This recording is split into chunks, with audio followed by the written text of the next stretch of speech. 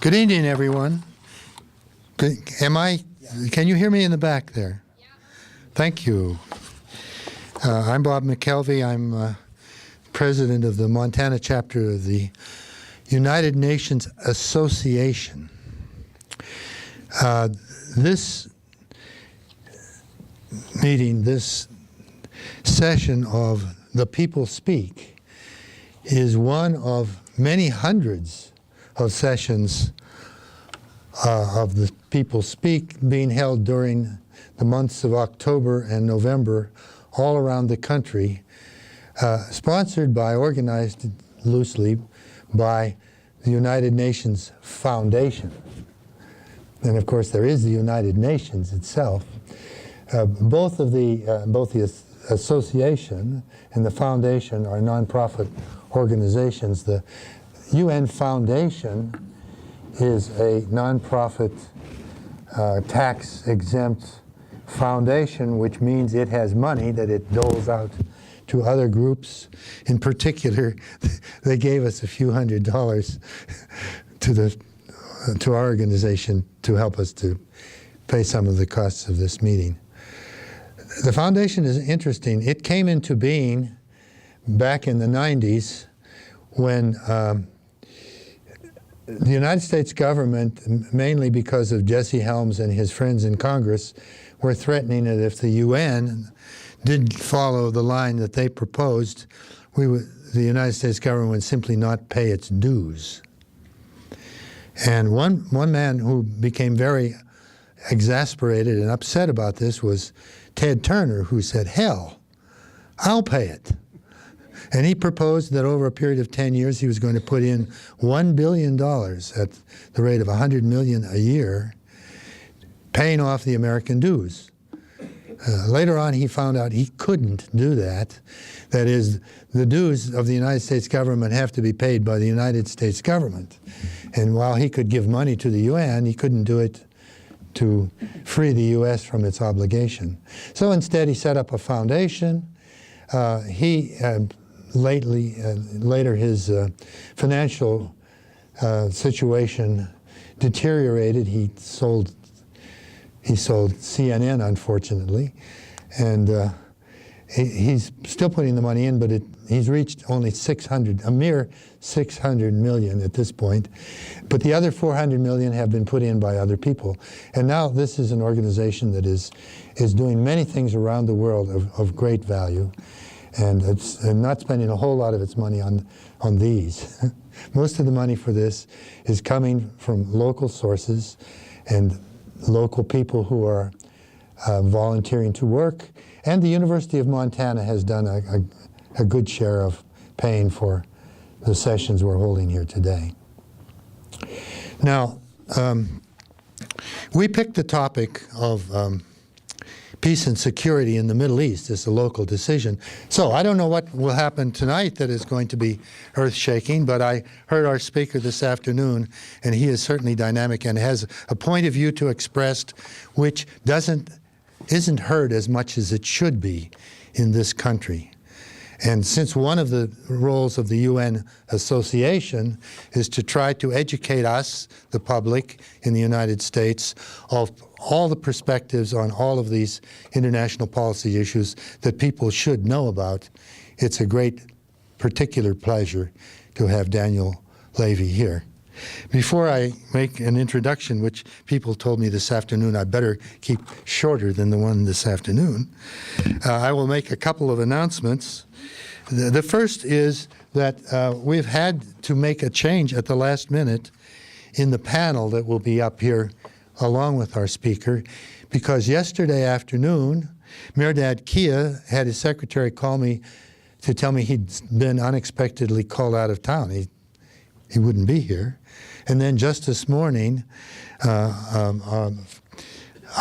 Barry Frist, our visitor from Helena, called in. He was quite ill and had been up all night, and he had not to come here but to go to a doctor instead. So we're short 2 panelists, and I'm sorry to tell you that there will be a fill-in from so we don't have a drop of 2 but only 1, and I'll be it. The third panelist will be me. Yeah, save your applause. Now, Daniel Levy. Dan is British. He grew up in England, maybe England, North London. I guess that's still in England. And he went to Cambridge, at King's College, where he excelled, and I could give you all of the description of that. But the really interesting part of his life, it seems to me, from our perspective at least, is when he moved to Israel. He now has dual citizenship between Britain and Israel, and during the 1990s, he worked for the Israeli government, which at that time, remember, was a labor government led first by Rabin, Yitzhak Rabin, and then after Rabin was assassinated by Barak. And during that time, there was considerable progress made toward a solution, an agreement between the Palestinians and the Israelis. You'll hear a bit more about that from Dan tonight. But one thing Dan told us this afternoon that I hadn't known, and that is today, if you look on the Israeli calendar, on the Jewish calendar, this is the anniversary of the day in which Rabin was assassinated. It's a very sad story. It changed the course of history. Barak came in.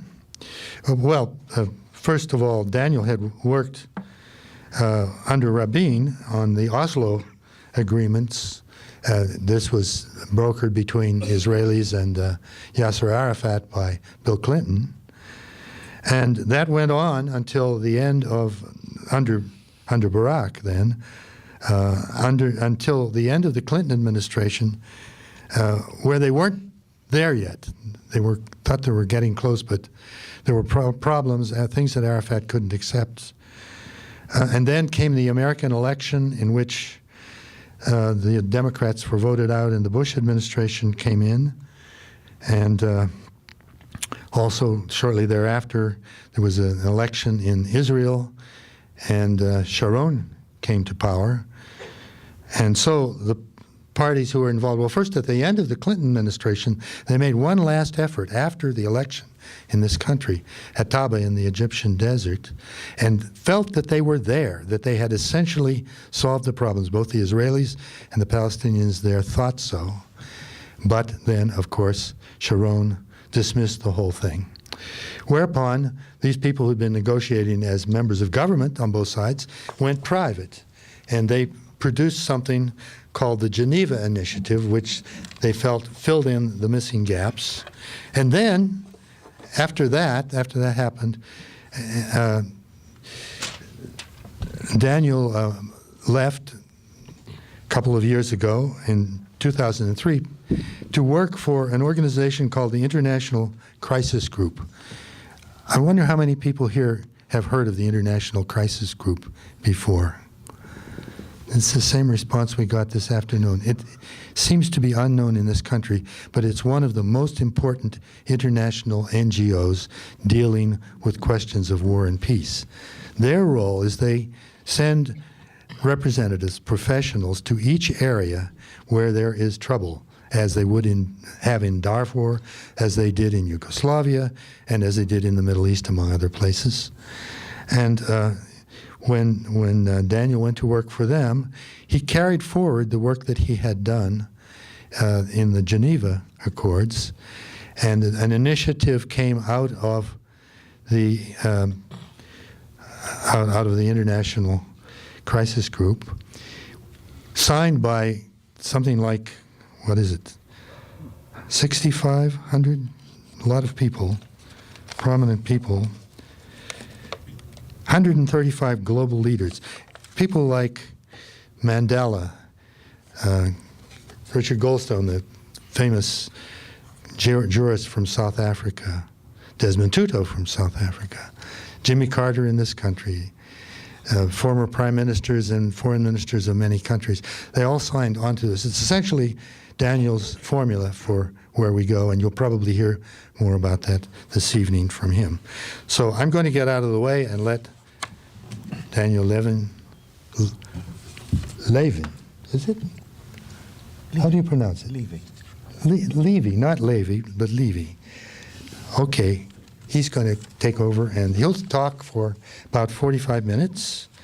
And after that, we in the panel here will have a chance to make short comments, and then we'll all get involved. Thank you.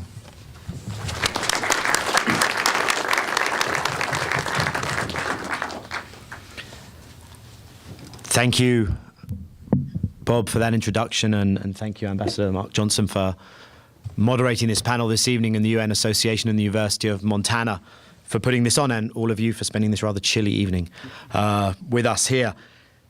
There are just two factual things that I pick up on from Bob's introduction, and by now it's pretty clear to all of you that the factual bit I'm going to pick up on is not that I'm not from North London.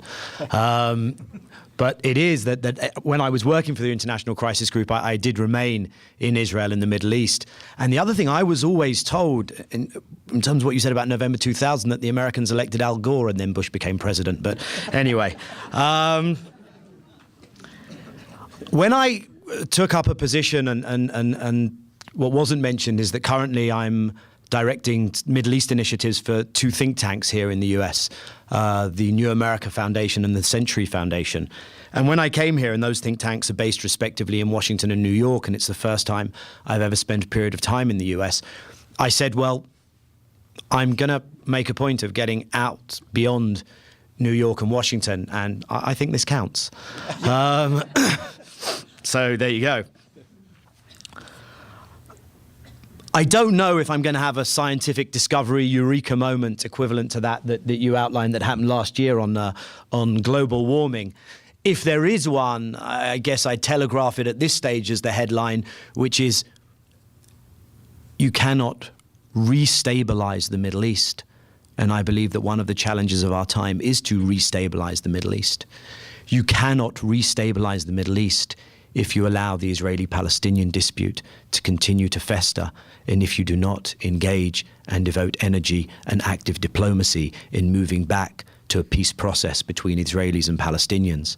I understand that people in this country are understandably very concerned with the current trajectory in general of the Middle East, and particularly of US involvement in Iraq. But I would urge people to consider that project, which has become such an important project of restabilizing the Middle East, I don't see how it holds water without a serious effort on Israel-Palestine, and I'll obviously come on to that in great detail. You mentioned, Bob, that this is tragically the anniversary of the Hebrew calendar, 11th of Cheshvan. It's actually in the Lucian calendar on Saturday, of the assassination of then Prime Minister Yitzhak Rabin. And I just wanted to start by taking a quote from Yitzhak Rabin, who he was Prime Minister when I arrived in Israel, and he was something of an inspiration to me, and I had the honor of working under him in the Oslo agreements and in those negotiations.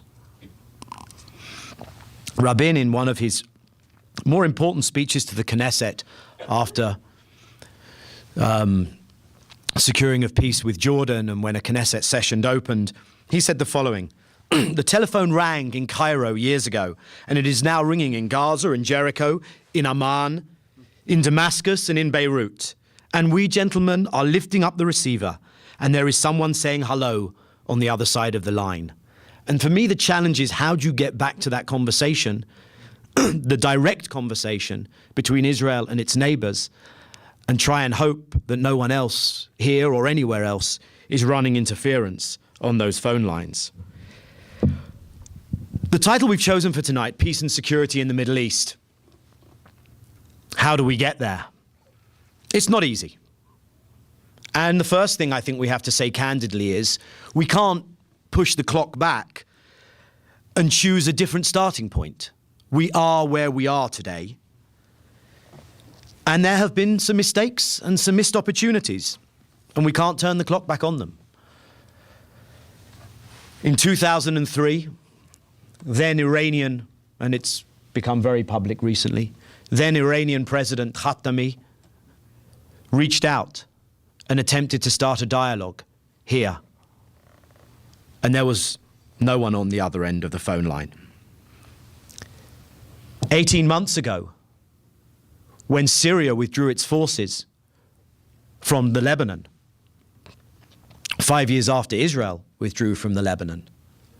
Many of us understood that this could have a destabilizing influence and that urgent diplomatic action would be needed to prevent the arming of Hezbollah, to prevent internal strife between the factions, and to strengthen the nascent Lebanese democracy. Unfortunately, tragically, it took the ugly 34 days of this summer before that diplomatic effort began, and we had 18 months without that effort in diplomacy. In 2002, in a very significant move, the Saudis launched a peace initiative. Tom Friedman calls it the Tom Friedman Peace Initiative because it came out from an interview that Tom Friedman conducted with the then Saudi Crown Prince. The rest of the world knows it as the Saudi Initiative. It became a formal resolution of the Arab League in Beirut in March of 2002. And it set out the following equation.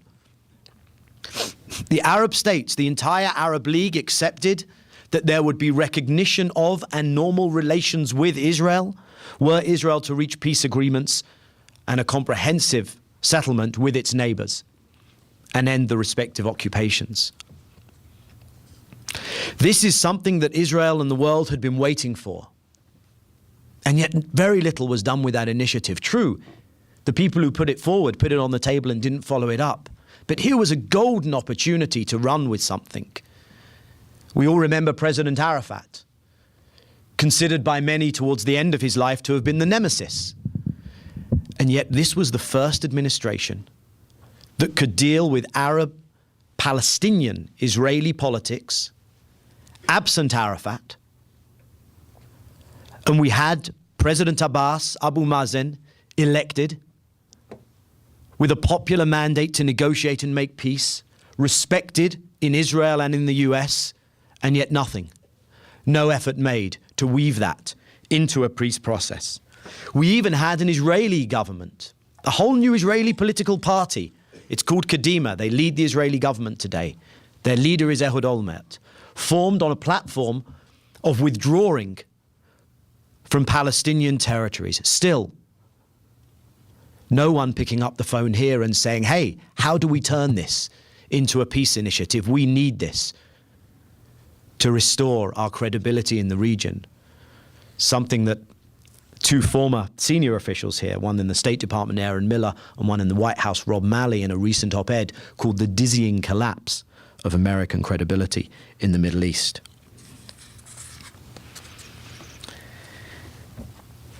So I think the starting point, although maybe I just indulged in a bit of bemoaning those missed opportunities, the starting point would be to try and understand and critique what I understand at least to be the guiding narrative of Middle East policy post 9/11. And the headline, of course, is repeated verbatim until this day. It's beat the terrorists. And the two key themes in beating the terrorists is the war on the evildoers and is the promotion of freedom. Because the circumstances that are most conducive to them doing their evil are, of course, apparently, circumstances in which there is a lack of freedom. And it's terribly compelling. It wasn't just the American public that found this narrative compelling. One of my citizenships is British. It wasn't just the American public that found this narrative compelling. Who can be against freedom and beating the terrorists? But how have we defined those? And I think that's the thing one has to get one's head around if one wants to understand the policy, where it's probably gone wrong and where it might need to go if we want to restabilize the Middle East. Because your kickback, if you say, wait, it's not so simple of this being a lack of freedom, is, so actually you're the cultural imperialist.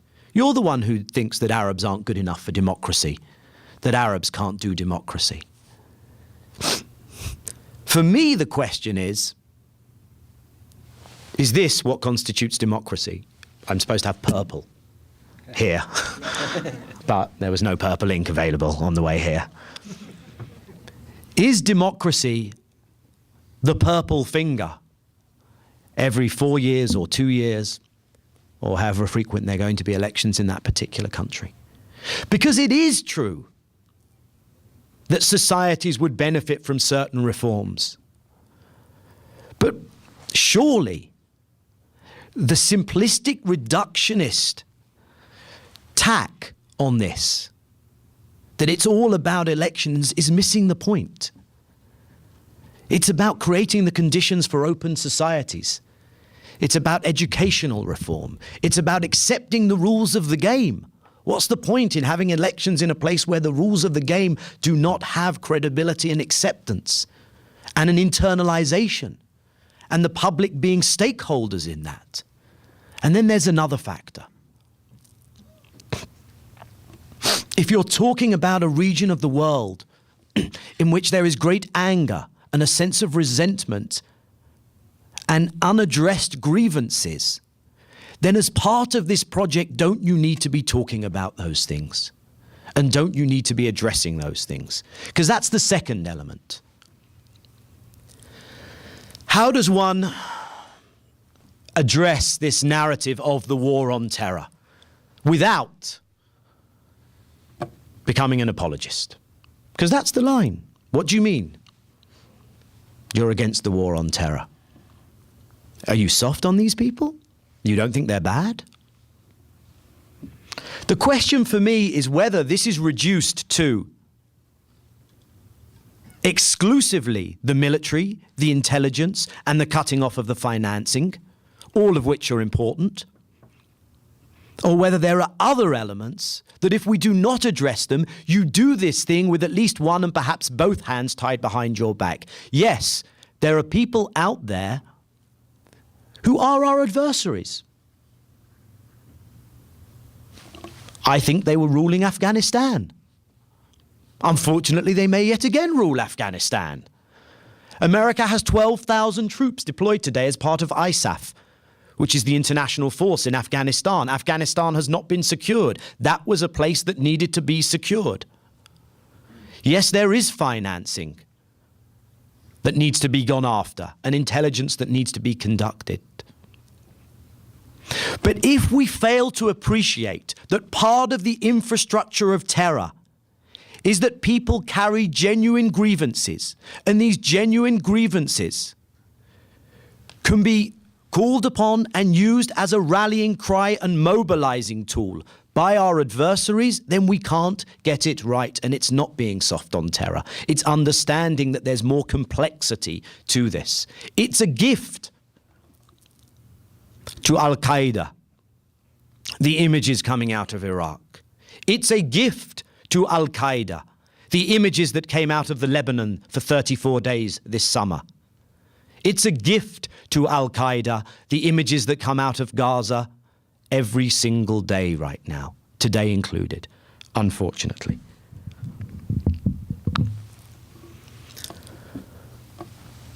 The desperation of the Palestinians in this situation that they are in today is the fertile recruiting ground. I don't think that Ahmadinejad in Iran or the Al-Qaedists, and of course we're talking about radical Shiites on one side and Sunnis on the other. When bin Laden says to Al Jazeera, come down to the cave at 1 o'clock, I've got another video I want to release, I don't think he's really thinking, how can I rescue the Palestinian people from their plight? But I think what he is doing is understanding something very basic, that this speaks to the Arab street, and understandably so. And if there are real grievances out there. Now, there is this sentence that says, they hate us for what we are, not what we do. We've all heard that sentence. I think it's true for some people. I think the vast majority of the Arab world, that's not true. As an Israeli Jew, I think we can live in peace with our Arab neighbors. I don't think Israel is destined to exist or struggle to exist in a sea of hostility and hatred. I believe that you remove the occupation from this equation, and you have done more in one fell swoop to undermine and wrong foot our adversaries, to undermine and wrong foot the forces of real radicalism and extremism in the region than almost any other single step that one could take. So where has it left us? This way in which a particular narrative on the war on terror has been pursued. You look at the Pew polling, those who are familiar with that. America's standing in the region has never been lower. Amongst our allies, Egypt, Jordan, Pakistan, the positive poll numbers would make even Tom Foley probably look good today. They really are almost in the single figures. Democracy, which is something that one should feel proud of, unfortunately is for many associated with a breakdown of law and order, with the kind of chaos that one sees running rife in Iraq today. The debates, and it's fascinating, going on in Syria. You hear Syrian opposition leaders saying, we've not got a leg to stand on. You really expect us to go out and argue to our public that what we need now is democracy? They laugh us out the room. They say, yeah, we can see it over the border, and hey, it don't look that attractive. In Lebanon, 84% of the public, this isn't just the Shia, 84% of the public saw the events of this summer as a premeditated American-Israeli plot to reshape the Middle East. In Egypt, the two most popular figures in recent polling, number one, Sheikh Hassan Nasrallah, the Shiite leader of the Hezbollah. Egypt is a Sunni country. We can talk about Sunnis and Shias later. Number one, Sheikh Hassan Nasrallah. Number two, Ahmadinejad, the Shia leader of Iran. I don't think Mubarak was too happy about that particular one. And to be an ally is a liability. If you're an ally, you get one of the following. Just look at the history of the last 2 months. Right now, al-Maliki in Iraq is having to say, listen, can you remove the cordon that you put around Sadr City? And can you send Hadley over? Because when Khalilzad, your ambassador in Baghdad, announced what the plan was for me, it didn't make me look too good. If you're Fuad Signora in Lebanon, you have to endure 34 days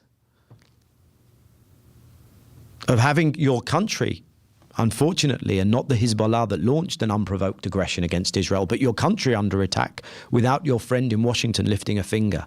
And if you're President Mahmoud Abbas in the Palestinian Authority, the one ask that you've been making, which is re-engage in political negotiations between Israelis and Palestinians, is yet to be answered. The way I understand the Middle East that we're living with at the moment is that there are two essential messages coming from the region. And I think it would be legitimate to act on one of the two, not necessarily on both of them. My fear is we're acting on neither of them. The two messages that I'm hearing coming from the region are as follows. The countries that we consider to be the moderates, our allies, they actually tend to be a bit less democratic as well. Jordan, Egypt, the Saudis, the other Gulf states. Their message has been as follows. You're leaving us high and dry here. The one area which we really opened up was our media. Everyone said the Arab regimes use the Israeli-Arab, Israeli-Palestinian conflict to avoid internal reform. And the people don't really care. Well, now we can put it to the test because Al Jazeera and Al Arabiya and other Arab satellite networks and the internet exist. And what you've seen is that democratization of the Arab media has spoken above the heads of the leaders, and the message that's going to the publics above the heads of the leaders is, your leadership is incapable of delivering anything in stopping the suffering of your Arab brethren in Palestine and elsewhere. And these moderate Arab leaders are saying, we have not got a leg to stand on. And Condoleezza Rice visited the region just a month ago. And the conversation, there was a meeting that took place in Cairo between Secretary Rice and the 6 foreign ministers of the Gulf cooperation countries, that's the 6 Gulf states, Egypt and Jordan, all their foreign ministers. And these 8 foreign ministers were in a room, and essentially the conversation went like this. This is not verbatim, okay? Secretary Rice, Iran, Iran, Iran, Iran. This is very important, and you have to help us on Iraq. The 8 foreign ministers, you need to give us something on Israel-Palestine. You need to give us something on Israel-Palestine. We can't wash it with our publics without something on Israel-Palestine. So the call from the people who we're sitting with and talking to in the region, we are not listening to. There's a second message coming from the region. We're not in a room with the people who are conveying this second message. This second message is coming from the people we don't talk to. Namely, there's a third group, obviously, the Al-Qaedists, but the second group that I'm talking about now is the political Islamists, the national, local political Islamists who are today the main opposition force in all of the places I've described, and in Palestine in government. And the message coming from the national political Islamists is, we embrace your democracy vision. Let us run in the polls. We're the popular people here. And we are not Al-Qaeda. You make a great mistake when you lump us all together. As soon as you see a sea of Islamo-fascists out there, it looks very, very difficult to deal with. Once you actually start listening to the people who you're not talking to, which admittedly makes it difficult, you begin to hear the nuances. And the nuance goes as follows. There is a reformist and there is a revolutionary trend in political Islam. Another way of looking at it would be that there is a nationalist set of political Islamic groups and a post-nationalist. The latter, the revolutionaries, the post-nationalists, they're about the caliphate. They're the Al-Qaedaists. They're the ones who want to bring down global capitalism. They're the ones who genuinely hate us for what we are, not what we do. The national, local political Islamists, the reformists, are saying, we want to have it out with you ideologically. We don't want to have it out with you in a shooting war. And we're not with these other guys. In fact, bin Laden is a bigger threat to us than he is to you. Bin Laden has called all of these people sellouts. When Hamas ran in the Palestinian elections, the Al-Qaeda attack on Hamas was, what you're doing is an abomination to Islam. It is kufr. You are participating in a Western colonial transplanted effort at democracy. This is non-Islamic. It's their rules of the game. That's the fight that's happening inside political Islam. But we're so busy running off in a long list, Al-Qaeda, Hamas, Hezbollah. But we forget to actually look at what these people are about. I'm not a fan, by the way. It would be surprising if I would be. Where I live has suffered greatly from the actions of Hamas and others. But what I do think we have to do is listen closely to what they're saying. It is going to be very difficult to close the door on political Islam totally. It is going to be very difficult not to have some kind of an engagement with these forces and at the same time to succeed. Because at the moment, 2 things are happening. The Islamists are saying to the moderates, you see, your way doesn't work. What was the message of Hassan Nasrallah, the leader of the Hezbollah, in a rally attended by, apparently, I don't know if they exaggerate on their rally numbers like we do, but anyway, a rally attended by apparently 800,000 Shia in Lebanon after the war. The message of Sheikh Hassan Nasrallah was, we are a non-state actor. We don't have the power of a state behind us, and yet we manage to challenge Israel militarily. My Arab friends, where are you? Egypt, you have a state, you have an army. Saudi, you have a state, you have an army. Why are you not with us? And you don't want to use your army? Well, this war in the summer opened an option for politics. Go on, prove us. Prove to us that by not using the military option, you can achieve things politically. Nothing. And then, so they win that part of the argument. Then there's the second part of the argument between them and the Al-Qaedaists. And then the Al-Qaedaists turn around and say, you see, Hamas, you took part in the election, you won the election, and now everyone wants to screw you. So we're right. They're not going to allow you to win. It's their rules of the game. A thing that worries me greatly is that what's going on in the Palestinian territories right now, the chaos, the anarchy, is not going to lead to the return to power of our moderate friends from Fatah, and they're genuine friends. And I've been working with the Fatah people for more than a decade and been in intense negotiations with them, and I consider them genuine partners for peace. But I don't think that's what we're going to get if we take an approach that says, let's starve these people into voting better next time, which is essentially the policy in the Palestinian territories. What we're much more likely to get is a further swing towards radicalism. And there are the first reports of Al-Qaedaist cells being active in the Gaza Strip. So by not talking to so many of the actors in the region, I don't see how we can understand the region. And it's a region that's kind of become quite important to American foreign policy. And what we're doing in a way is outsourcing foreign policy.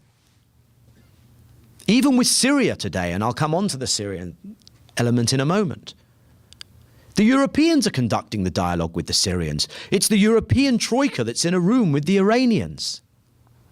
Now, sometimes outsourcing can work in basic business models, but you need to know that the major business partner is standing behind you. And sometimes that person needs to be in the room to show their presence unconditionally in this respect. The huge fallacy of this approach is to confuse engagement with endorsement. So when we re-enter the six-party talks with North Korea, we're endorsing the North Korean regime? I don't think so. And I hope that the way to get people's attention here is not that you have to set off a nuclear test. Apparently, once you've actually set off a nuclear test, if you raise the bar high enough, when you're being ignored, then people sit up and listen, and they're willing to sit in a room with you. Engagement is not endorsement. Diplomacy is about engaging with your adversaries. I don't see how that situation can serve the US interest, can re-establish US credibility in the region, can better affect your homeland security,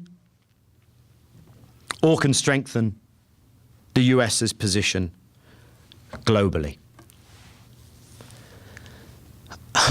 Look, some people turn and say, that's all very nice, Daniel.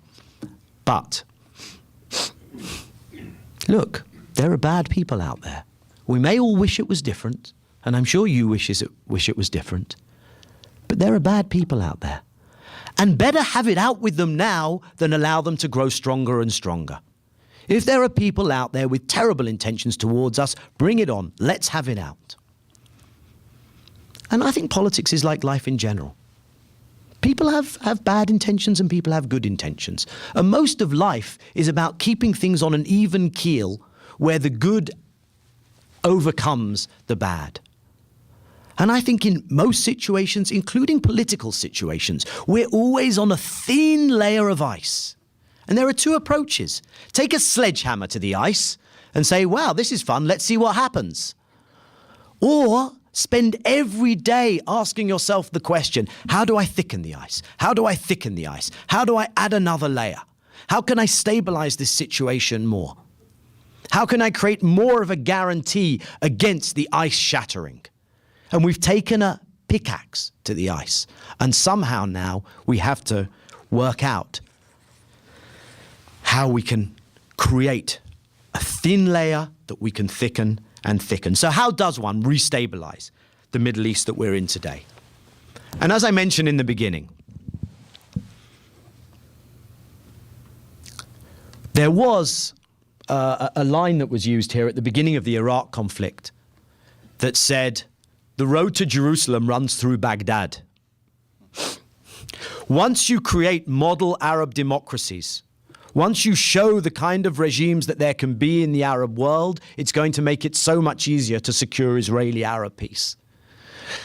Not a few people today are saying, well, perhaps the road to Baghdad runs through Jerusalem. I don't want to make it too simple on myself. I don't think that resolving the Israeli-Palestinian issue is a panacea. It's not a quick fix solution to everything that's wrong in the Middle East. But the converse I certainly think is true. I don't know how you can restabilize the Middle East without doing Israel-Palestine and Israeli-Arab conflict.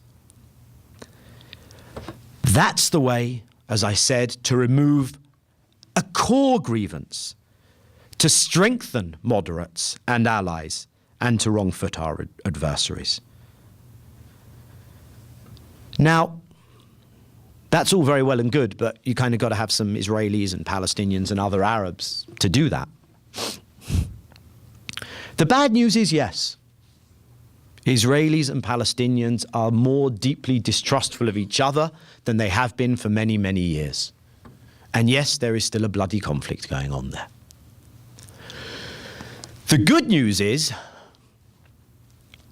that the shift that has been going on for more than a decade in the underlying subtexture of this conflict holds steady. And that is a shift in which Israelis and Palestinians are sick to death of this. They want quiet, and a majority in both societies is ready to accept a reasonable solution, the kind of reasonable solution that was put forward by President Clinton in December of 2000, called the Clinton Parameters, the kind of reasonable solution that I had the honor of being involved with, that Bob referred to, that was an informal, detailed plan called the Geneva Initiative, the kind of reasonable solution drawn up by a former Israeli general and a Palestinian Jerusalem leader, Sari Nusseibeh and Ami Ayalon. And if you poll Israelis and Palestinians on would you accept the following two-state solution, 67 borders with minor mutual modifications. Arab-Palestinian areas of Jerusalem would be part of the Palestinian state and the capital. Jewish-Israeli areas of Jerusalem would be part of the Israeli state and its capital. A solution on the refugee question that is agreed, that gives refugees their dignity and recognizes their rights, but also recognizes that in practice, return will be essentially to the Palestinian state and third countries rather than to Israel, and that there will be a generous compensation package. Security arrangements that do not undermine Palestinian sovereignty, but that address genuine Israeli security concerns, with international involvement and support. You put that package on the table as a package, consistently it polls more than 50% on both sides, and on a good day, 2/3. Consistently. Now, of course, there's cognitive dissonance. Of course, at the same time, they support the package, they support peace negotiations, but they don't trust the other side, and they think the other side has ill intentions. That's why you often need third parties. But you have Israelis and Palestinians there. Obviously, by the way, if you take one element of the package out and you say, do you support the deal just on item X? Sometimes you don't get a majority. But as a package, you get a consistent majority. Well, that's very nice, but where are we today with Israel and with Palestine?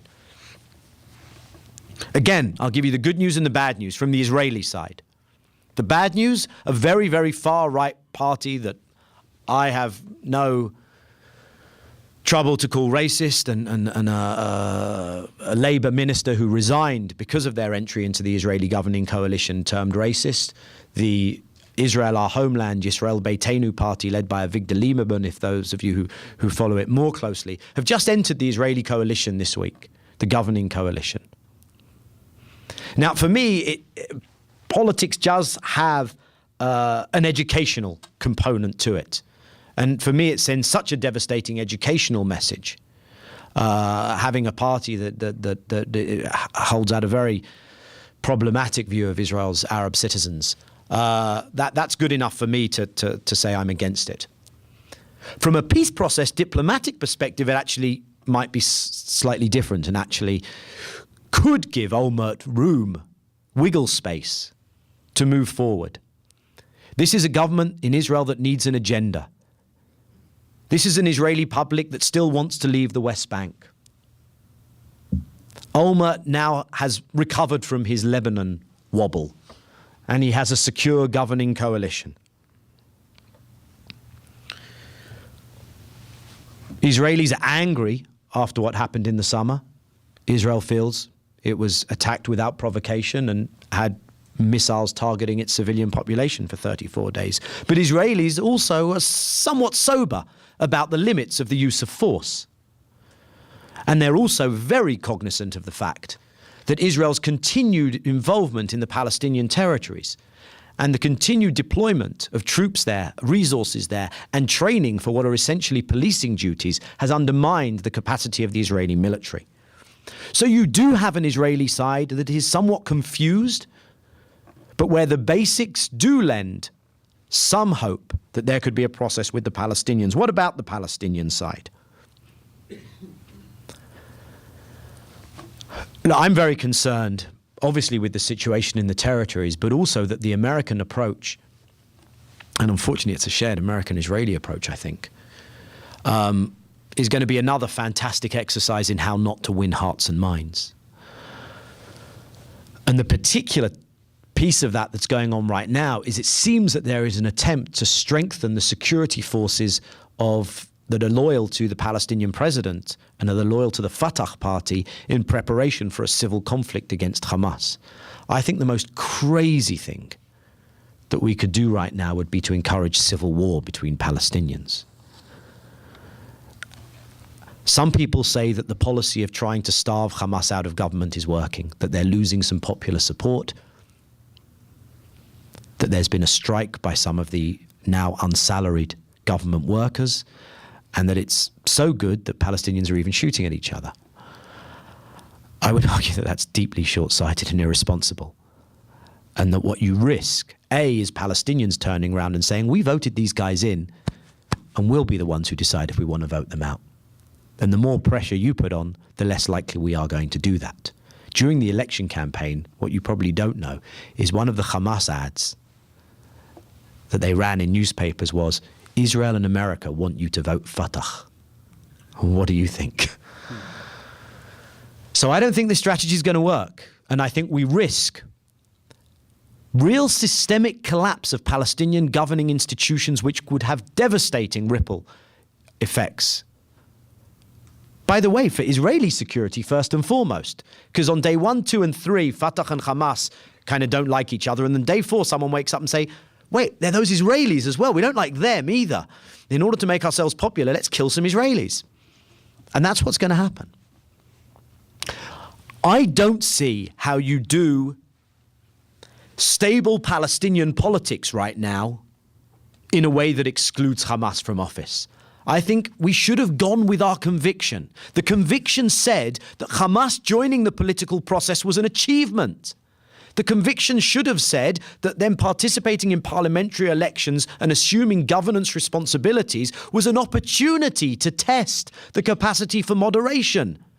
Rather than doing that, on day 1, we set an artificially high bar of declarations that we expected them to make, rather than saying, normally, what do we say? We say, we'll judge you by your deeds, not your words.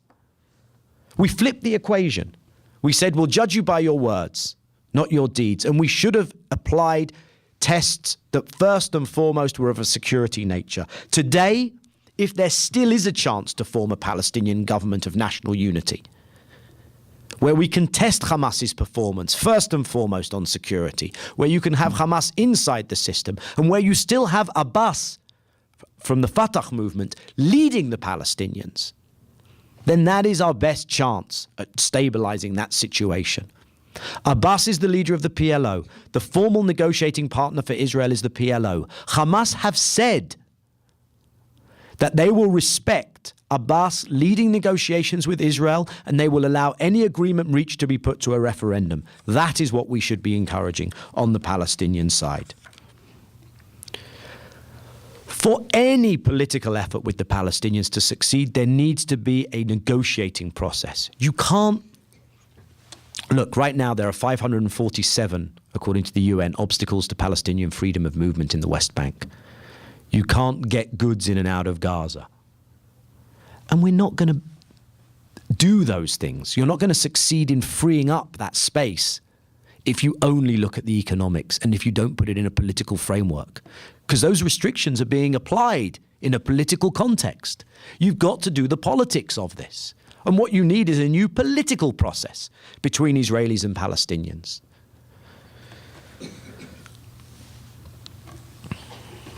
If anything, we have gone some years ago from conflict resolution to more recently conflict management to today what I would call conflict promotion. And we've got to reverse that equation pretty quickly and go back to conflict resolution.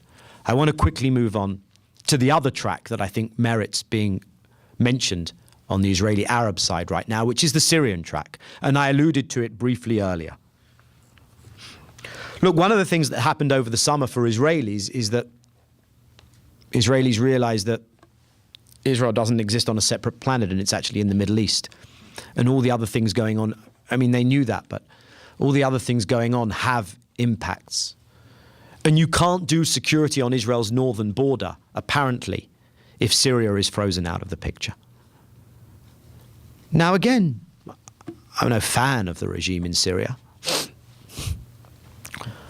Apparently, the policy towards Syria at the moment consists of carrying no carrot and a very small stick. They are not being engaged with, and the threat isn't one that the Syrians feel they can have to take seriously. The Syrians are actually feeling quite up at the moment, quite cocky. America's bogged down in Iraq. No one's talking about military action regarding the Syrians. Everyone's dead scared that actually if you did manage to kick this regime out, you get another Islamic regime or some kind of basket case. And the Syrian president has said, let's go back to the peace negotiations. Now, yes, Syria are doing extremely unhelpful things right now. They're giving support or at least border access to the insurgency in Iraq. They're allowing, if not directly funding, the flow of rearmament to Hezbollah.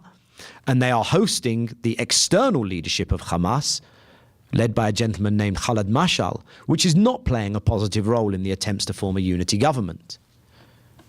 My guess is that those are all cards that they're waiting to put on the table when someone comes in the room to play. It is not just my guess. That's very directly and explicitly what the Syrians are saying. My fear is, because what happened in Israel after the summer conflict was that you had a debate in Israel over, do we need to speak to the Syrians and go back to a peace process with the Syrians? And several Israeli ministers, including the defense minister and the minister for public security, all spoke about how we need to say yes to the Syrian approach and we have to go back to talking to the Syrians. And you know what happened then? Everyone said, we can't, the Americans don't want us to. I don't want to be so easy on Israel and unfair on America. The Israeli prime minister also said that. Said that that Israel would stay in the Golan Heights and not talk to Syria. But the very strong sense is that America wants this not to happen more than Israel wants this not to happen, and is certainly not encouraging Israel to go back with the Syrians. The Europeans are talking to the Syrians. The Syrians want America in the room. That's very clear. America withdrew its ambassador from Syria. There's been no effort to put that ambassador back in Syria. The one, perhaps, ray of light on this is whether the Baker-Hamilton Iraq study group, and Baker has already said one should engage with the Syrians and reminded people about the shuttle diplomacy he used to conduct to Damascus. Perhaps that study group, in coming up with its findings on Iraq, and perhaps in suggesting that in redoing Iraq, America will need to engage with Syria, will also say, well, look, if we're in the room with the Syrians already, let's expand the conversation. I want to draw my comments to a close but I mean, perhaps I should briefly stay on Iraq for a minute. I see two things. And look, it's November the 1st. October was a terrible month. 103 fallen Americans in Iraq. And it's been very strange for me as an Israeli spending this time in the US. Israel is perhaps overly sensitive to their fallen, to their military fallen. It's a people's army. It's a conscript army. Everyone, from the prime minister and the media and business elite, everyone has family, friend, family member, neighbor who serves in the army. We're terribly sensitive to our military losses. Being here, I sometimes feel this, and that goes too far sometimes. And sometimes I feel this goes too far the other way, that there's perhaps an undersensitivity. Certainly living in Washington and New York, which is where I've been, I sometimes feel that the elites here are very, very unaffected on any kind of personal level by the losses in Iraq. And I sometimes feel that it's almost a disenfranchised, representatives of disenfranchised communities that are most suffering there. And it's something, it's kind of a parenthesis. It's just something to share with you as an Israeli who spent this last 2 months in America. But I look at two things right now, and I read that story about checkpoints going up all around Sadr city and then being removed, and I tremble. And there's no such thing as a benevolent occupation. And I know what checkpoints do. And I know the anger they cause. And I know how difficult it is for the kids who staff those checkpoints. The story of the 547 Israeli checkpoints in the West Bank isn't of 547 times, 4 kids at every checkpoint, of those being terrible, bad, evil kids who are doing terrible things to Palestinians. If it's of irresponsible political leaders putting those kids in impossible situations. And I read the situation in Baghdad today, and it fills me with concern. And the other thing that fills me with concern when I look at the Afghanistan situation is that we might get into what I would call a Baghdadocentrism. Because that's what happened in Afghanistan. I think it was a Kabul-centrism. And that's why we haven't secured all of Afghanistan. And I fear that if someone there's all this talk of, well, if you do Baghdad, you've done Iraq. 40 of the 103 fallen this past month were in Baghdad, but 37 were in Anbar province. So those are just two comments. I think this is going to have to involve the neighbors.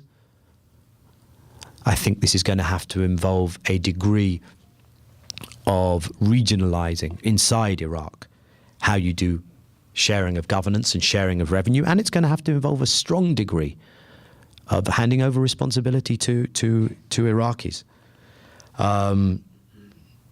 You may well need Iran in the picture to do this effectively. I think we have 4 options now with Iran. Actually, I don't think any of them are very good. One option is the military option, which is perhaps the least good. It would be a pretty close run thing between the military option and the second option as to which is least good, the second option being to do nothing. The third and fourth options are the ones that I think one has to look at, those being a grand bargain, getting around a table with Iran and putting all the issues on the table and slowly beginning to work those through. And the last option being, sometimes when you've got no good options, buying time is a legitimate thing to do as long as you're using it wisely. In other words, reach the best set of understandings you can to slow down whatever nuclear program there is, and at the same time do all the other things that actually weaken the hands inside Iran of the Ahmadinejad tendency. Because, and by that I don't mean the kind of Chalabi type regime change thinking. I mean start to get Iraq right, which weakens Ahmadinejad. I mean, do Israeli-Palestinian peacemaking, which takes that card away from him. I mean, talk to the Syrians, which takes that card away from him, etc., and use the time that you buy effectively. So those are my thoughts. I'll close by saying this. That's all well and good, but why is a nice Jewish boy from North London who went to Israel and served in the Israeli Defense Forces and worked in the Israeli Prime Minister's office telling you all of this? Surely what I'm advocating is selling out the Israeli ally. And I guess my closing message would be, well, actually quite the reverse. Because I do believe that there is a shared Israeli interest and American interest. And I do believe that the vast majority of the American Jewish community and the pro-Israel community here, and Israelis themselves much more so, would like to realize that shared interest. And the shared interest is securing a peaceful, agreed, comprehensive settlement between Israel and its neighbors. And American involvement in securing that, I think, would be crucial to re-establishing American credibility in the region. And I think, far from being anti-Israeli, I think I don't see anything more pro-Israeli that one can do, because to me that the choices are really rather binary. And the binary choice today is that if you don't make a renewed, serious effort at peacemaking, then we're back in war. And unfortunately, in today's climate, that will probably happen sooner rather than later. And if that all sounds a bit fantastical to you, then just cast your mind back 6 years. Camp David. Clinton brought together the Israeli leader and Yasser Arafat. And the skies didn't fall in. And no one booted Clinton out of office. Yes, there are organizations out there that I think do Israel a disservice. But essentially, if an American president does the right thing and has credibility with Israel and tries to move an Israeli-Palestinian and an Israeli-Arab peace process, the Israeli Jewish community will applaud that, I believe, at the end of the day. It seems to me that there are two deeply organic relationships and political, mutually, and I said this earlier, and I apologize if people were there earlier, two mutually supportive political relationships between certain groups in Israel and America. One of them, which is the kind of most bizarre one from a theological point of view, is between what is the evangelical Christian Zionist right and the settler movement, the national religious Jewish right in Israel. People like John Hagee and this huge new lobby he's established, Christians United for Israel. I kind of think they probably part ways somewhere towards the end of the days in Armageddon. But right now it's a marriage of convenience, and they support each other, and they send money to the settlements, and they send money to the settlers, and they give them practical political support here in the US. And I think there's a second relationship between a group of neoconservatives who I guess stand for many of the policies that I was critiquing at the beginning, and the Likud leadership in Israel. The Likud is a small party today in Israel, and one of the things I feel we lack is that same kind of a relationship between the peace camp in Israel and the peace camp in the US, and I mentioned that earlier because it's something that I feel strongly about. So my bottom line would be that eventually 140, 150,000 Americans are going to go home. And I really, if I'm putting on my Israeli hat now, do not understand what interest Israel has in volunteering to be in the front line of a clash of civilizations that I think is far from inevitable, but I think that irresponsible people are trying to make happen, because Israeli troops nor civilians won't be going home from the Middle East. I don't know if there is a moment of reassessment post next Tuesday.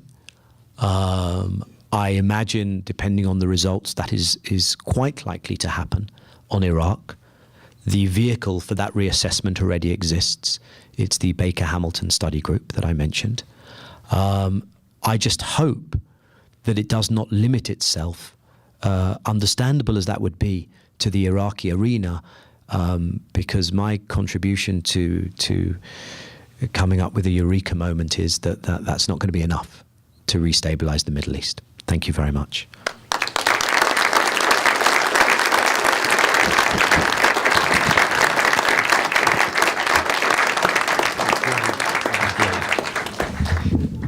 Thank you very much, Daniel. That was really a magnificent tour de force, and we are grateful here in Missoula that you'd come our way and share that with us. And I would add a simple word, peacemaker. And we thank you for your efforts over the past decade.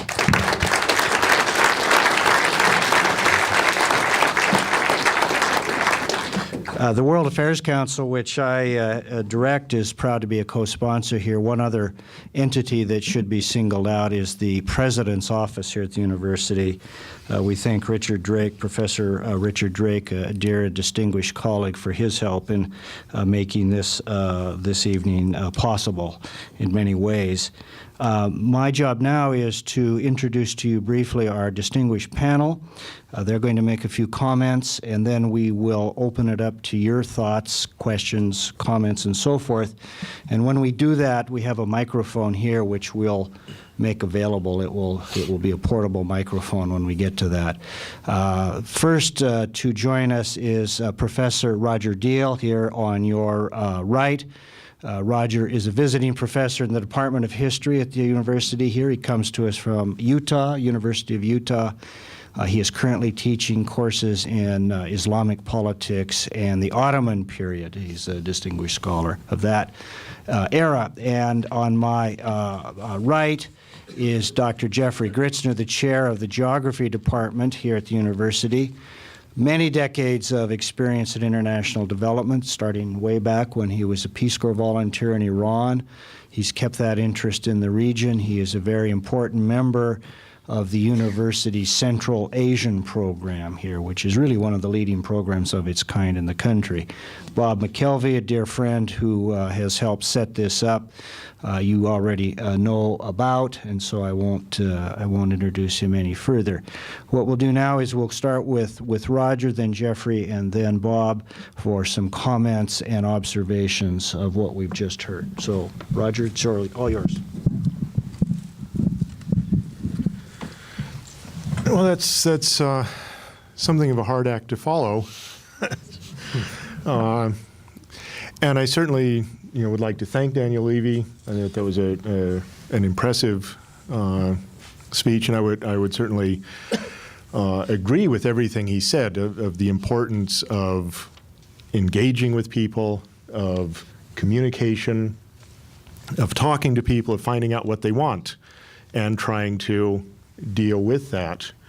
And as I find I can't and don't want to particularly quibble with anything he said, I'd like to go off on a very slight tangent then, and take this metaphor that you used of a sheet of ice and gradually thickening the ice and ways in which that can be done, and simply say just a couple of words about perhaps regional economic initiatives.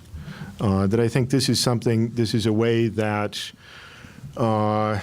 Israel can integrate herself into the region, that Palestinians can gain some economic powers and some economic development that in itself would remove a lot of those tendencies toward radicalization, many of which, of course, come as a direct result of poverty.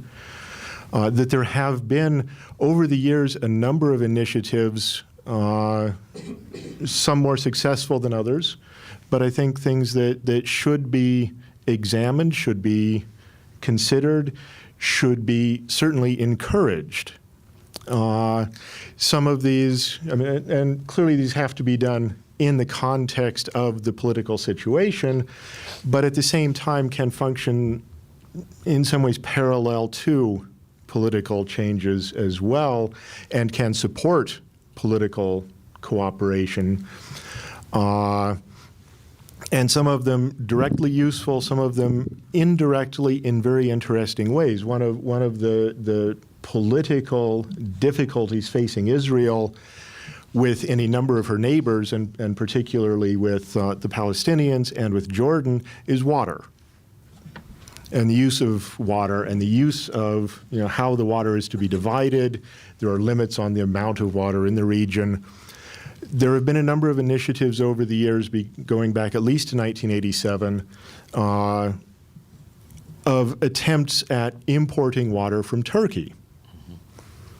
And these are kinds of things, that if you're having trouble sharing the water, increasing the water supply is an obvious way to at least minimize the difficulties there, if not completely solve the problem. But that economic cooperation between Turkey and Israel also leads to or encourages political cooperation. Turkey is in a funny position in the Middle East, being a secular Muslim state. Turkey's cooperation with Israel can in turn encourage other moderate Muslim states to engage with Israel. Several years ago, joint military efforts, training programs with the United States, Turkey, and Israel. Jordan, in fact, sent observers to these. Mm-hmm. So there's a way in which Jordan is being brought into the mix through economic and hence through political activities. And I'd just like to suggest that these kinds of economic activities, oil pipelines are being considered through Turkey, through the region, through Syria, into some of the into Palestine, and perhaps also to Israel. These kinds of things can serve as a way of, as you say, of thickening the ice, of adding another layer. Thank you.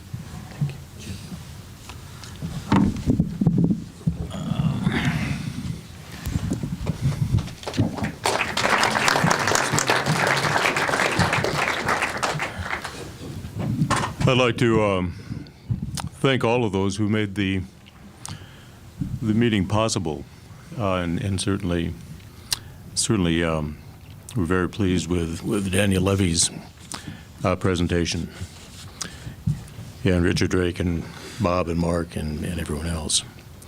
I'm a geographer, and we see the world, of course, rather differently, I think, than many people. I'd like to talk about a few things. One is really cultural historical context and environmental context.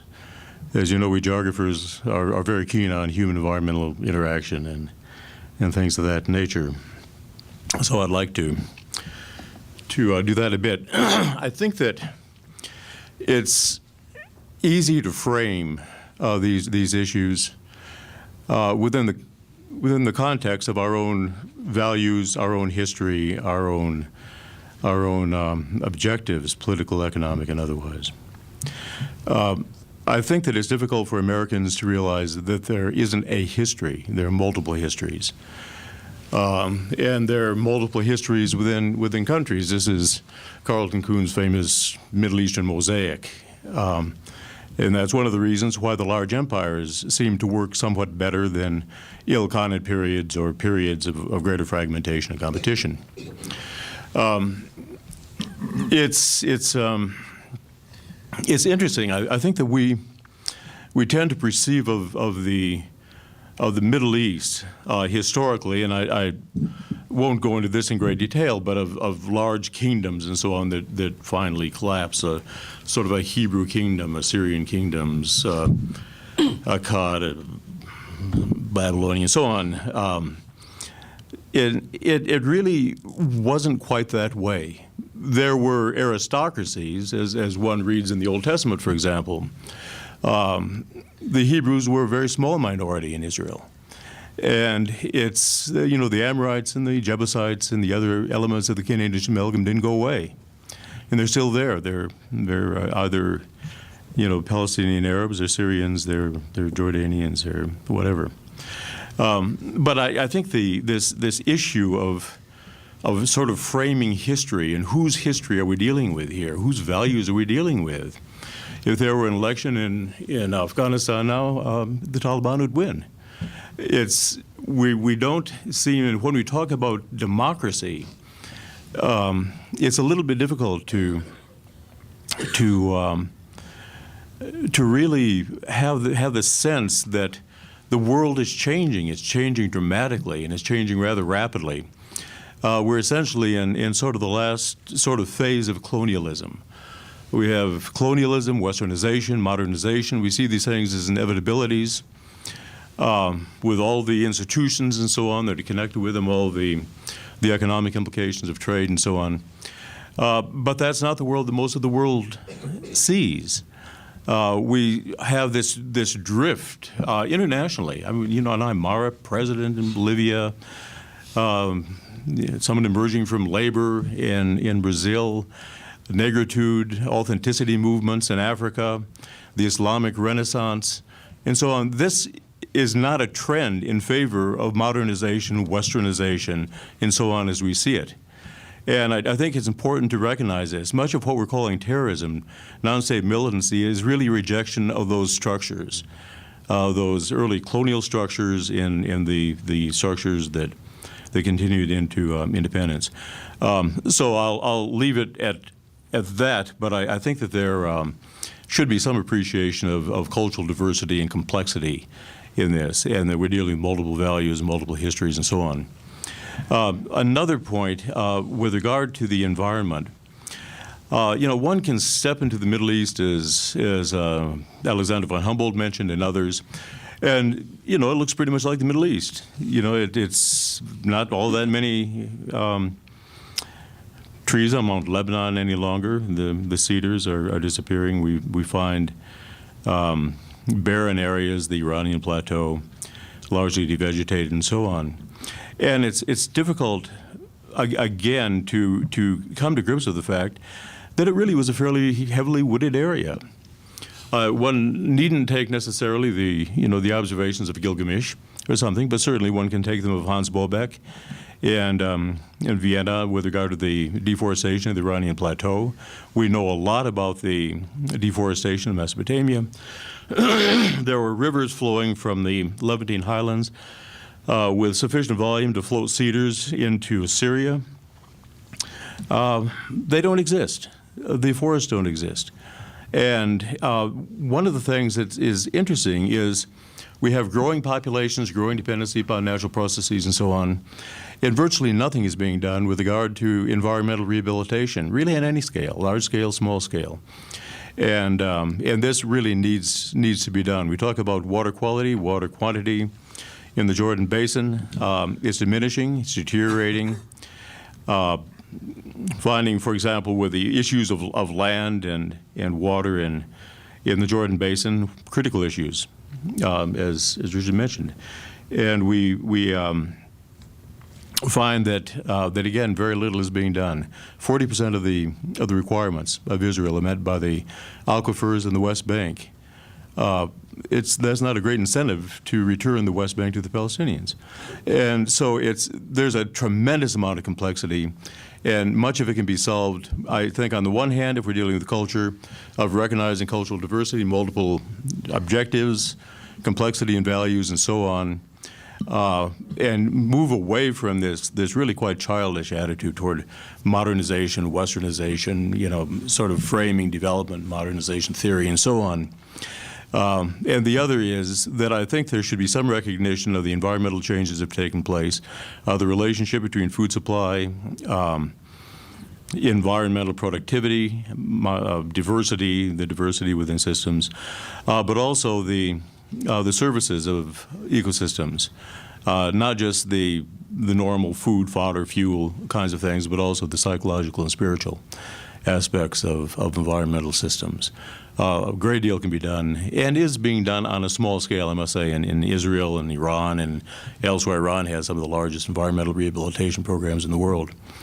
But it's important, I think, that this be done quickly and larger scale and linked to economic activity.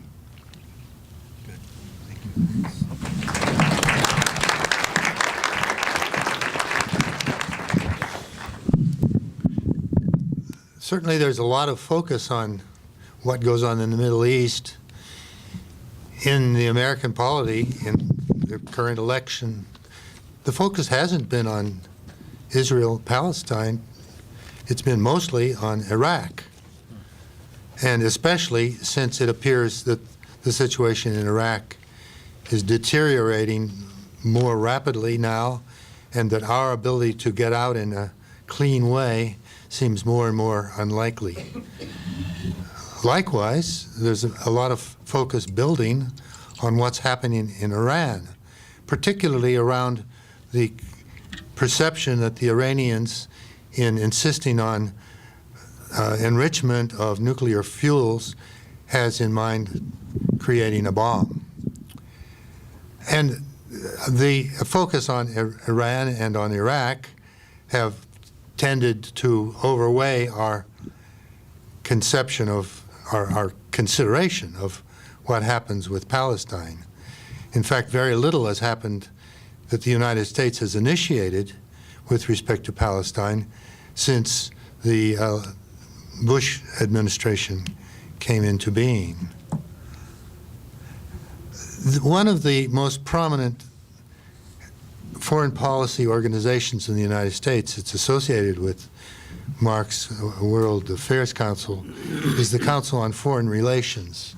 The president of the Council on Foreign Relations is Richard Haas, who had been in government and diplomatic services for a long time, and even in the early part of the Bush administration. The other day, he made an announcement that, in his opinion, the developments in the Middle East, particularly around the disaster of Lebanon and the continuing breakdown in Iraq, meant the end of the era of American dominance in the Middle East.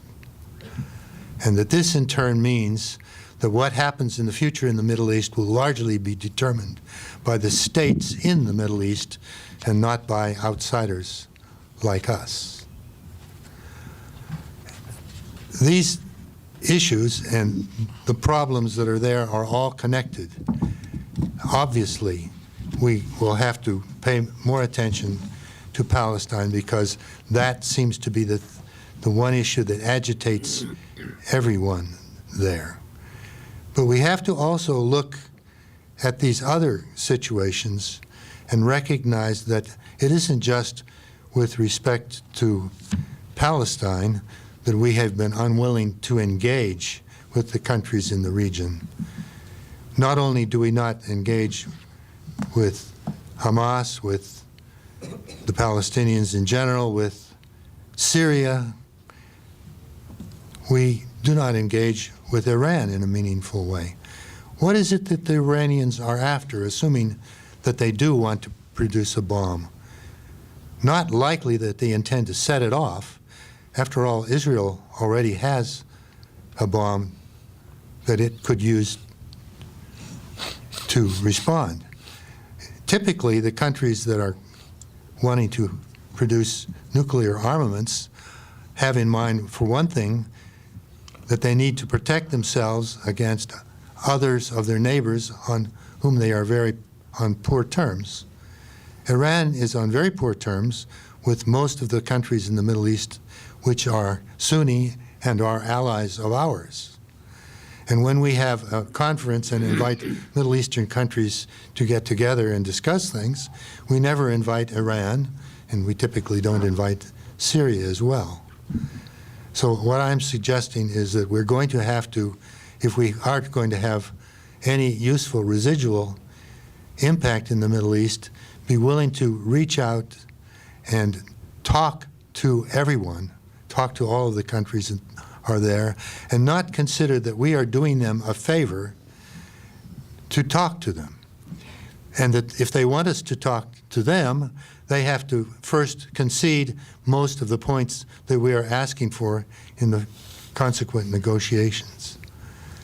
So it is a complex thing, but it seems to me that what is most missing is a willingness on the part of this country, our leadership, to become realistic about what we can do and what we should be doing in that part of the world.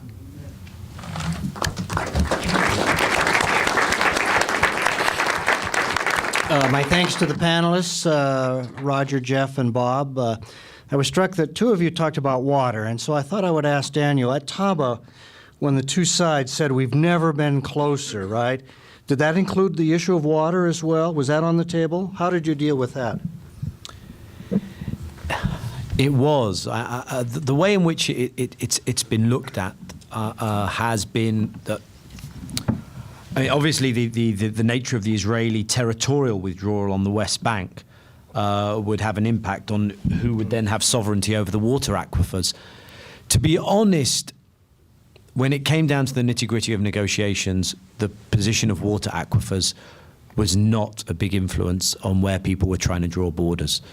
Borders were essentially being modified to do with trying to incorporate maximum settlers with minimal land when we had serious negotiations, and on some issues to do with security.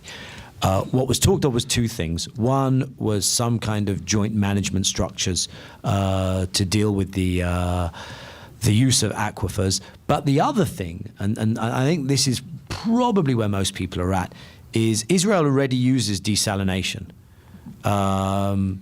There is talk, although I don't believe it's established yet, of having a desal plant in Gaza. And I think people basically look at this conflict and says it's cost everyone billions and billions of dollars, and desalination plants cost tens of millions of dollars. So there's a pretty clear economic cost-benefit solution on the water problem. I mean, there's people say the next Middle East war will be about water. It's difficult to see that in terms of Israel and its neighbors, at least. Perhaps it plays a stronger part in Syria, but I think it's that. Okay, you've been very patient, and now I think it's a good time to open it up to your questions and comments. As I say, there is a microphone here if you want to come up to it. I think we can hear you if you have a loud enough voice. But it'd be well if you do use the mic, because we are recording the program. Yes. So please do use mic. We want to have a permanent record here. And if anyone can't get to the mic, raise your hand, because we have a portable mic here, and that can be brought to you.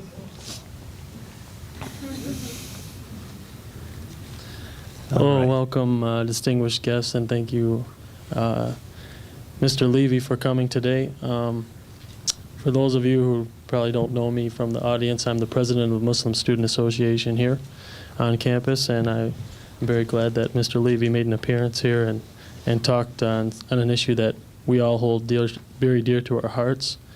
The Palestine-Israeli conflict is something that we've tried to address on campus. We've tried to bring into a film series and address, something that we have, that basically we talk amongst ourselves every day or every week, and we're very, very much behind the peace camp here, and I can speak on behalf of our members and all the Saudi students that are here too as well. I want to ask a few questions, just a couple. And I also want to make a couple statements, because we have an audience here. How about the question first? Okay. How about that? And then we'll see how we're doing. Yeah. A lot of people have questions. Well, the first thing is that given that Kadimah's position is withdrawal from the West Bank and the Gaza Strip, the fact that they're picking up a far right-wing party here, which the name of their party is essentially Israel is our home. Our home meaning the Jewish people, and then that extends, of course, to whatever parameters they decide to make those. parameters. Do you believe that that is a wise decision on Olmert's part to incorporate a far right-wing party along with a party that basically holds an opinion that Israeli Arabs have a right to live inside of Israel? The second question I have is, I'm going to ask this on behalf of some of the people here. When you come into a university campus, of course, you're going to come into an environment of conflict, dissent, academia, and so these questions go along with the territory. For the last 3 months since we had a visit from a Harvard scholar, Stephen M. Walt, who talked a little bit about the Israeli lobby in Washington in his book, we've had a nonstop onslaught of editorials to our student newspaper, back and forth criticizing Professor Drake for inviting him and asking him to never happen, that it would never happen again, and saying that there's anti-Semitism on the campus. And so I'm going to ask a question on their behalf if they're not here, and that is, and it's not from me, are you a self-hating Jew? Because they would ask you that question. So, and I'll conclude with that. Thank you very much. Thank you. Do you want to say something about that, Daniel? If I was me, then I would answer to them.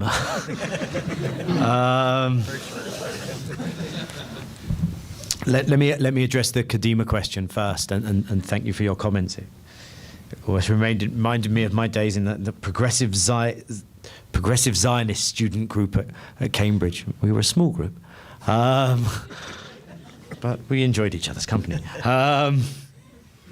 Look, as I said previously, in terms of bringing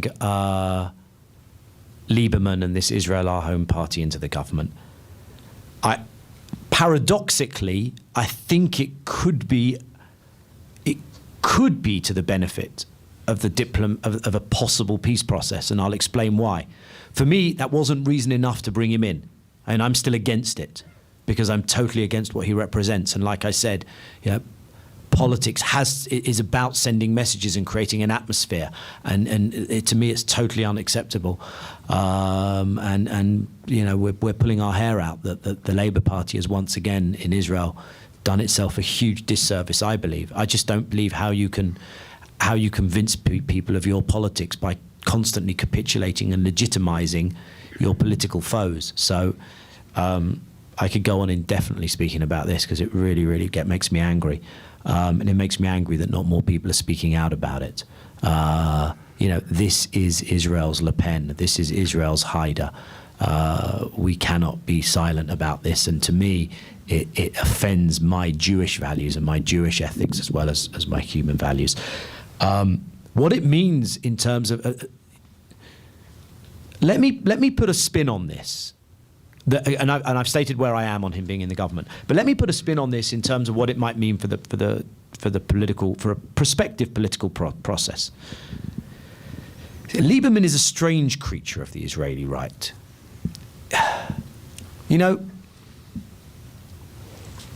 One of the things that has happened in the Israeli discourse is that the demographic argument has been used as a very compelling case for making peace. That for Israel to be able to maintain a Jewish majority, and some people would also argue a democracy because they see the settler project as very undemocratic, but anyway, has had a democratic base. And he takes it simply to its extreme. And so Lieberman and this party that's being referred to, they would actually probably agree to territorial concessions, and they would probably they want to swap areas where Israeli Arabs live in the context of a land swap, and therefore kind of transfer their citizenship. Now, I think that means that Lieberman, it's not inconceivable he would support a political bargain. B, he wants to come into this government, which is why I think it was such a mistake of Labour to support it, to establish himself as a future leader in Israel. And therefore, I don't think he's looking to bolt the government early by displaying his extreme colours. In other words, part of the process of self-legitimization that he wants to go through could be advanced if he were to be part of something that was kind of diplomatic. And the third point is it means that Olmert can no longer come to Washington, the Israeli prime minister, and he'll be in Washington in 11 days' time, and say, guys, you can't ask anything of me diplomatically. I'm still kind of reeling from the post-Lebanon punches. My government is barely surviving no confidence votes in my parliament, and all the arguments that are sometimes used. Olmert now comes ahead as the head of a coalition of 78 members of the Knesset. So, you know, if you wanted to take a kind of positive spin on it, you could say this creates the circumstances, having shorn up his right-wing political flank, where Olmert can actually move and do something. And it might be coincidental or it might not be, but on the same day that he brought Liebman into the government, Olmert made an important speech at a conference in Herzliya in Israel, saying, we have not forgotten that now that we have to deal with the Palestinian issue. Now is the time to go back to a diplomatic process. And on the next day, the defense minister, Amir Peretz, said that the Saudi initiative was should be the basis for peace negotiations, something that other ministers, including Meir Shitrit, who's another Kadima minister, have said. I think one of the real challenges will be, can Israel move beyond unilateralism? Because I think unilateralism has been a disaster for Israel and a disaster for America, and you will not get secure borders unless they're accepted by the other side, unless the other side are stakeholders and the other side has dignity. And that applies either way. On the other subject you mentioned, no, I don't consider myself to be a self-hating Jew. Unfortunately, sometimes the argument descends to that. I would rather that American Jews who care deeply about Israel would express themselves politically. And if someone feels that Israel should not concede land and that's vital for Israel's security, have that position. And if you're someone who's a member of the Jewish community here and you believe that Israel can only actually survive and maintain itself as a democracy and not be condemned to living by the sword and to be surrounded by hostility and to actually be part of the Middle East by ending the occupation, then you should say that as well. I think the Walt Mearsheimer piece, considering what they knew they were going to be getting into, I think that some of their points could have been better argued and others were off the mark. And I think some of it was also on the mark. I think they got it really off when they claimed that it was AIPAC that was pushing for the Iraq War, and I think that's a very important myth, I would even call it, to dispel. AIPAC traditionally supports an administration's policies in the Middle East. Now, if one conflates a group of neocon ideologues, who I think are the people who were behind the Iraq War, with AIPAC and with the pro-Israel lobby, then yes, but I don't think that's the case. Some of the neocons were Jewish, many of them weren't. Last time I checked, Dick Cheney, who's very close to here tonight, and Donald Rumsfeld were not members of my tribe, in any sense of the term, actually. So I think that, and I think they presented something.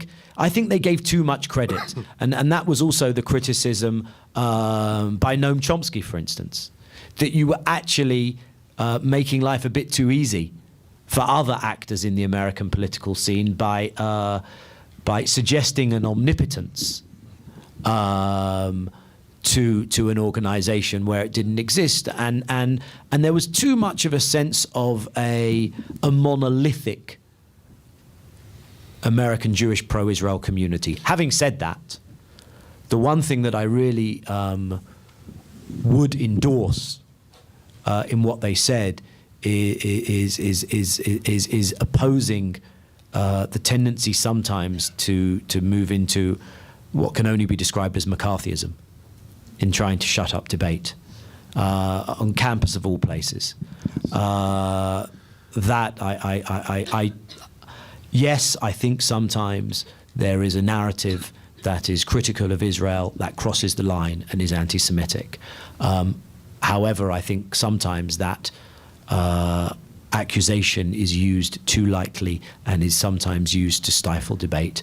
And I don't think it does anyone, least of all those of us who take anti-Semitism very, very seriously, any credit to be too loose in banding about that term and to be in any way involved in McCarthyite tactics. So I would say that. I want to say something else. I'd like to add something to this.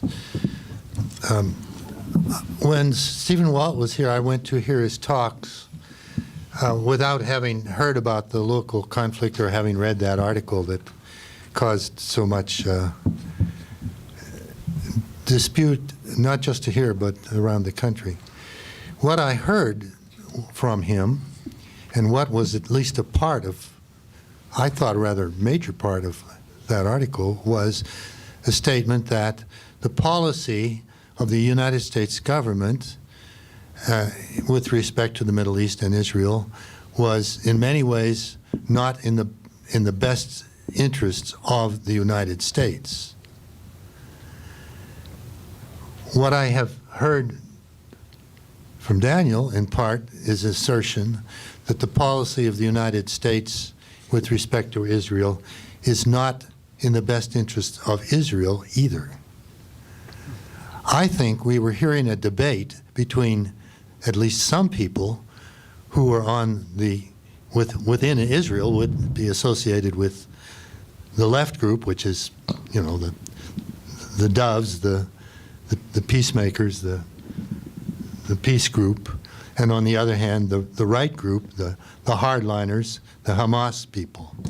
I don't know if the people on this campus who objected to Stephen Walt's being here are in one of those categories or the other.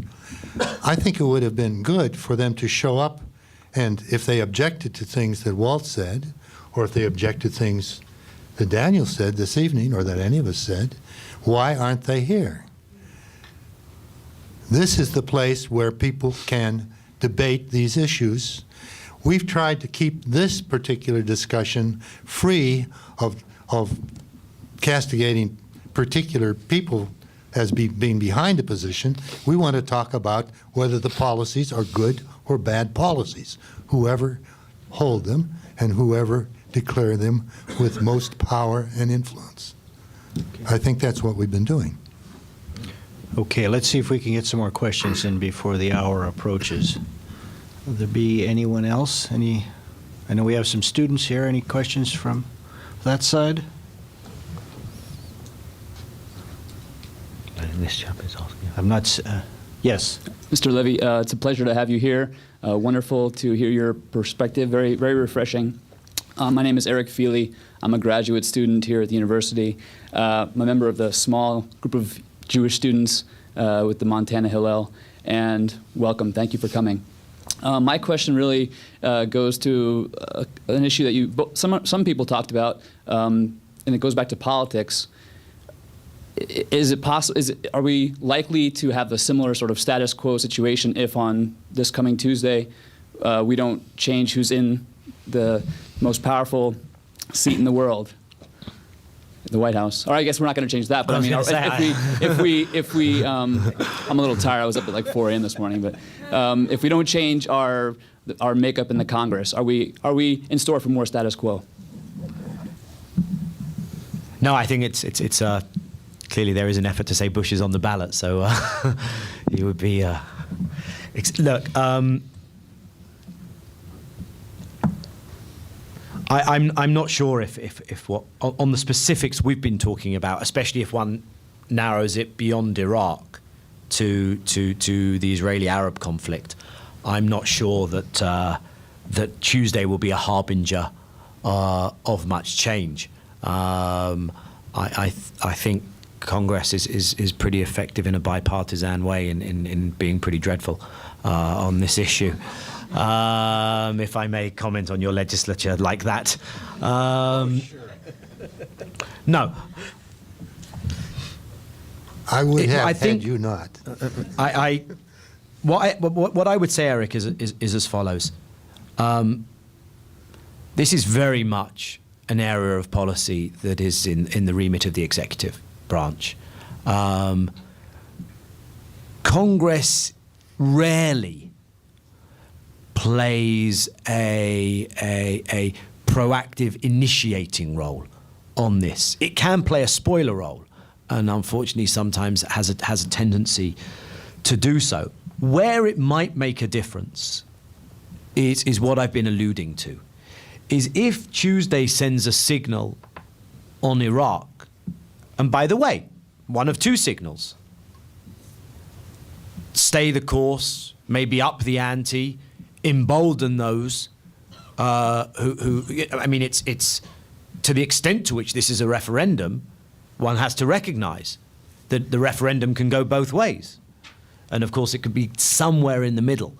But to the extent to which this is a call for a change in Iraq, the question will be whether that has a ripple effect beyond Iraq's borders, perhaps as a consequence of the fact that part of the change in Iraq is a change on Syria. And it might be that part of a change on Iraq is if, as some people have said, and I think Senator Biden has been terribly thoughtful on this, and he, him and Les Gelb have come up with their position on what the alternative for Iraq should be. What I like about that is because he quotes me on from when we put out the Geneva Initiative, which was this detailed model plan. I'm sure he doesn't actually quote me.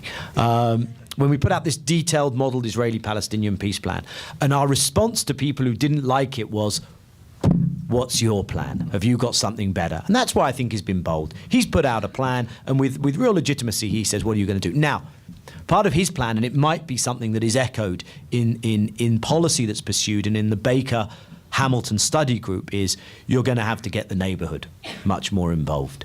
And I think that if you begin to get into that conversation with the neighborhood, and the neighborhood includes the Jordanians and the Saudis, right, as well as the Syrians, then I do think you begin to open up some avenues to explore on the Israeli-Palestinian stuff.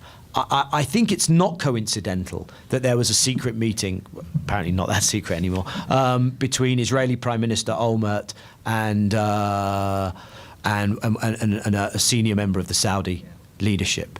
It's not coincidental that people are talking about the Saudi initiative again. I think it's not inconceivable that this could help generate momentum towards something new on the Israeli-Palestinian track. My hope, and I've got an article to this effect in arguing this in this month's Washington Monthly, which I imagine can be got online. I would say the one thing Congress could do would be to say, okay, Baker Hamilton, assuming they do a good job on Iraq, and we still don't know that would be the case, you're not dismissed yet. Now tell us how to put the broader Humpty Dumpty of the Middle East back together again and stay on for an extra 6 months. So that's just a kind of political thing I would advocate. But I mean, so it could have. That's the place where it could have. And I'm glad to know there's a Hillel here. Thank you very much. Daniel, I think we're coming to the end of the hour, and we have a saying in Montana, and I'll share it with you. That is, when we find a good horse, we ride it very hard. You've had a full day, and I think you have some more events.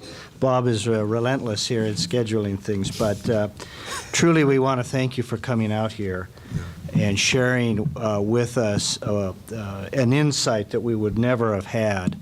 And I think you give us probably, at this time, maybe the most precious of all commodities, and that is hope, a belief that something can be done.